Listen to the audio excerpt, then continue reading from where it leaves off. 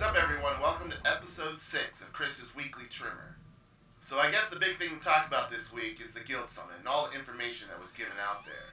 Now, there was way too much information given out to go over in this show, but once again, I'll cover the highlights as I see them. Let me start off by saying that I'm pretty happy with the way it seemed things were going by the end of the summit. Most importantly, I was happy with how much it really seemed that they cared and listened to what the players thought about their game and where the players thought it should be headed. So let's start off with what they said about PvE. First off, let's start with the numbers. It seems that 38% of players have at least tried an operation. That's not too bad. It also seems that they know that most of those people are Empire and that there is an imbalance that needs to be addressed. They also know that the looting system in normal needs some work. One of the things they're working on is a 2-hour window to trade items that you get in operations. Looks like they're changing the name of normal modes to story modes, since it's not really that normal, it's just really extremely easy. They also told us that they are working on a in-server only looking for group system for flashpoints. One of the bigger surprises is there will not be a nightmare mode launched with 1.2. It seems like they want to make sure that it truly is a nightmare mode, and one of the things they're going to do is add actual new mechanics to the fights to make it more of a nightmare. But nightmare mode and hard mode will be on the same lockout. Another thing they said is that there will be a bigger separation between PvE and PvP gear. So you won't just be able to hop into hard mode with PvP gear.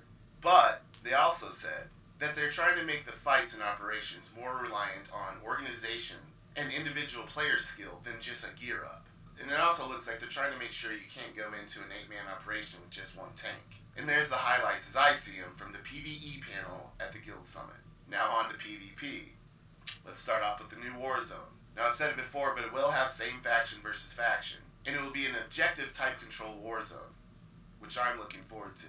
Now, most of us already knew this, but with 1.2, the rank system will start, kind of a pre-season. Group Q will be available in 1.2 up to 8 players. There will be new PvP dailies, 18 new objective medals in Warzones, more rewards for winning the Warzones faster. Boat Kick will be added in 1.2.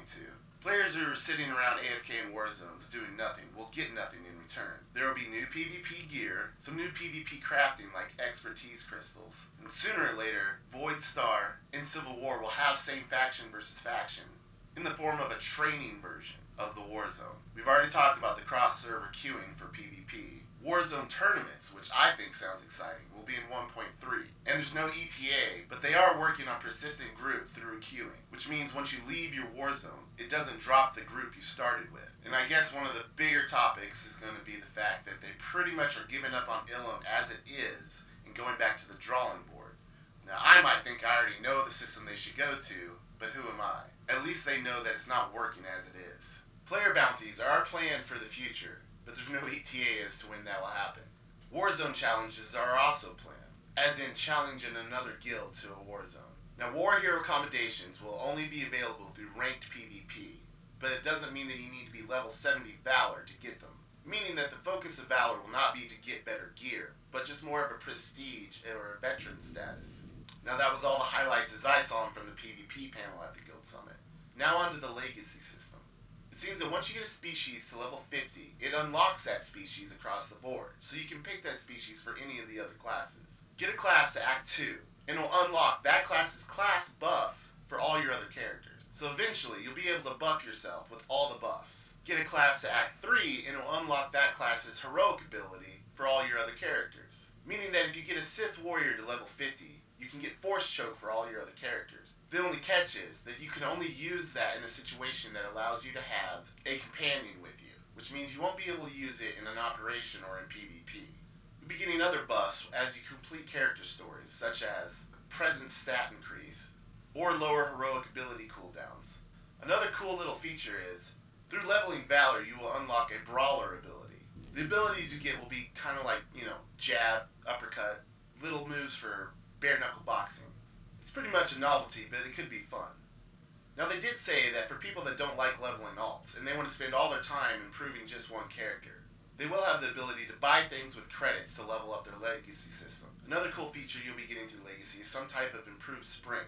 It's going to have a cooldown, but it sounds pretty cool. One of the examples they gave is bounty hunter jetpacks.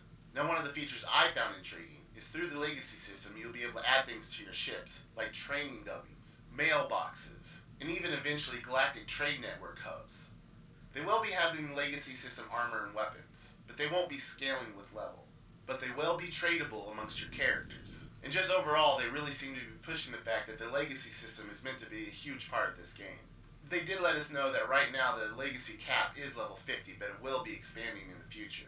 Once again, these are the highlights as I see them. Okay, now onto the crew skills panel. One of the things they let us know is that it seems that 84% of the people that play this game have less than 1 million credits. And as things come out in the future, they will be addressing the economy as such. And I'm going to keep this short. Pretty much what they said is that they're working really hard to make sure that biochem is not the only viable crew skill at endgame. There's a bunch of different ways they can go about it, and I'm sure we'll learn more about it in the future.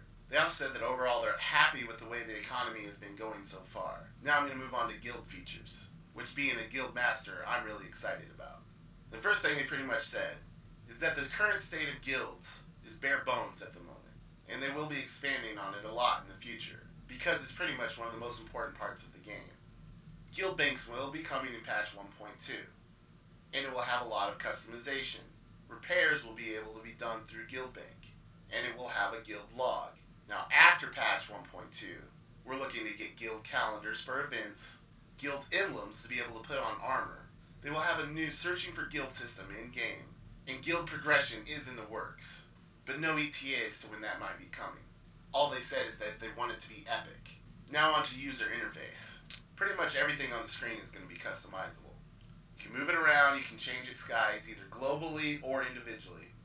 There's still only 4 ability bars, but there's more in the works. And one of the cooler things is you'll be able to save the layout as an XML. Click to cast is on the list, but it might not be until either 1.3 or 1.4.